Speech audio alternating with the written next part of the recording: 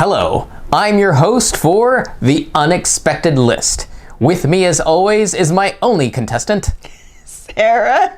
And what this is I give Sarah a topic and she gives me the first 5 board games that come to mind. Sarah, your first topic is history. Oh.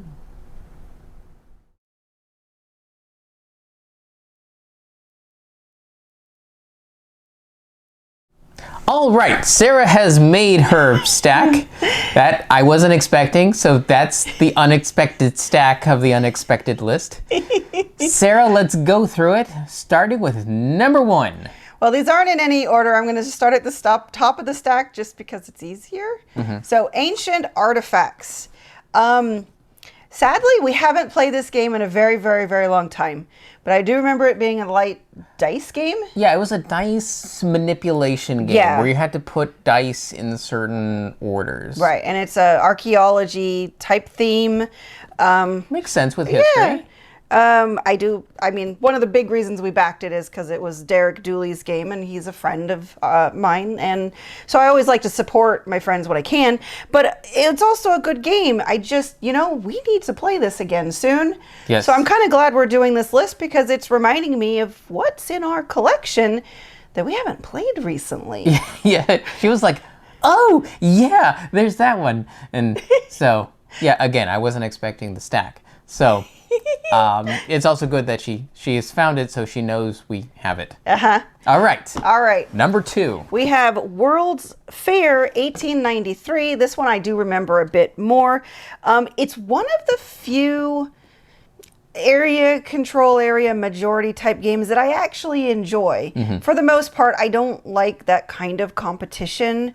But this one, I don't know, it works for me. Right. I was actually surprised how much it worked for you because up to that point, she was staunchly against area majority, and this one just did not trigger that response. Agreed. I think part of it, again, we haven't played this one in a while, was partially the cards. How vaguely remember it's kind of how you use the cards and abilities, and you can have more manipulative ability to move things. So the nice thing is I think in some area majority type games, once you put something down, you're kind of stuck with it there. This game also gave you movement abilities that if you were losing a region, you could move it to another place. To try to score better in that other place, and it had several scoring rounds, so it's not just... It didn't lock you in. Yeah, and it wasn't just one scoring at the end. Yeah, and of course, for the history angle, it's very specific. It even gives you a year. I'm like, this is history, huh? All right. So, there we go. Okay. Choice number 3. Rise of Augustus. Now, the interesting thing, the reason I picked this is I don't really like this version. I prefer the... Via Magica. Via Magica version. This history theme I find very boring, very dry. Because everyone knows that the Romans always played bingo. Right. For gamer bingo, I mean, I guess if you're making gamer bingo, you can't do much more wrong than being a very dry Euro style theme. I mean, unless it could have been farming in the Mediterranean. The problem is actually there's a mechanism here for some of the cards that get just really mean. Yeah. And I don't like that. And Via Magica takes that out. Granted, there's some complaints about Via Magica because it balanced it in the other direction where if a person gets too many of a certain positive card, they just can win. Right. But it's such a short game that I don't mind it, and I enjoy the fantasy art and the gems and stuff much better. But this is the base game, so if Will really wants to play this version, I will. But I'll usually say, can't we just go on Board Game Arena and play Via Magica? It depends how much I feel like shouting Ave Caesar, I think. You could still say Ave Caesar while playing Via Magica. Then you're like, but we're not playing Rise of Augustus. Wait, what does you say in Via Magica? We say all sorts of things. That's true. We don't ever say the right thing. That's true. That is very true. All right, what number are we at? We are on, that was 3, so 4. Number 4. Oof. Heavy game. I'm just going to take the lid off because it's just big. Hadrian's Wall. Now, This is one I've resisted for a very long time because I don't like the theme. Because of history. Because of history. History is, I mean, I think he picked this because he knows I don't really care much for history games or history in general. Yeah, so I wanted to see what was going on in her little brain about what happens when history comes up. Yep. So this is one of those games that I absolutely love the mechanisms despite the theme. Because I believe the designers typically do big, giant historical battles. Yes, or battles are just historically themed. I don't know that they're all battles. I thought for the most part they were like battles. Yeah, so this is supposedly in kind of a line of games, but every game is a different mechanism. So when you like one, you're not going to necessarily like the others in it. But yeah, when I just heard so many people saying like, this is better than Three Sisters, which, you know, granted was really hard for me because Three Sisters is my favorite ever. Crunchy, deep, combo-y, roll and write. But this gives it a run for its money in its complexity. Deep-wise, yeah.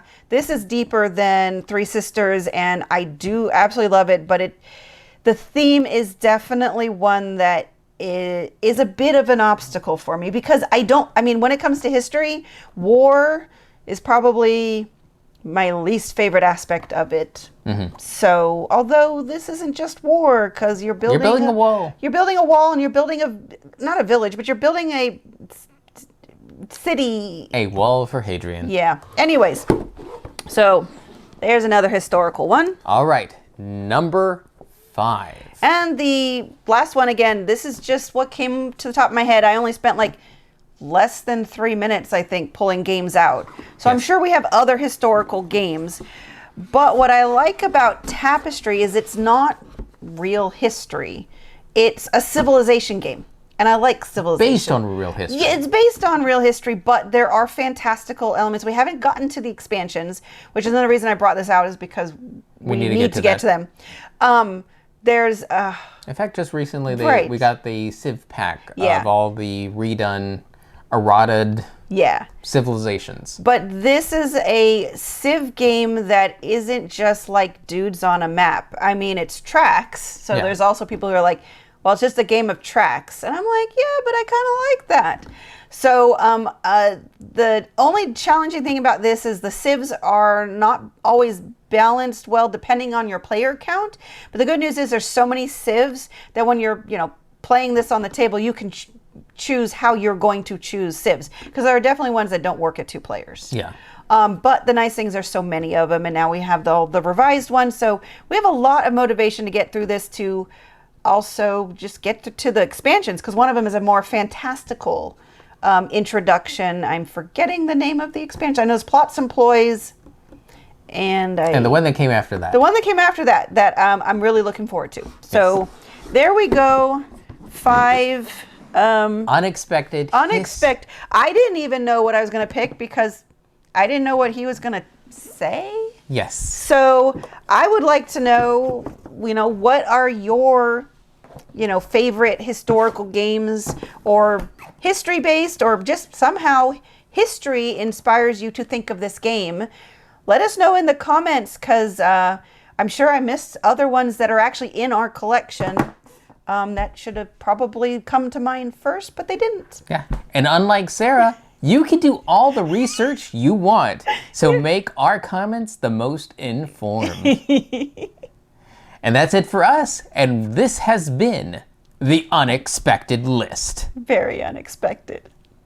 If you have any questions, comments, or concerns, you can reach out to us on the various social media platforms at Rolling with 2, that's TWO. We're on Blue Sky, Facebook, Twitter, and Instagram. For Discord, we have a channel on Tabletop Express. Check the show notes for the invite link. If you have time, check out the other content Nanaman has found for you, because remember, he's rolling with you.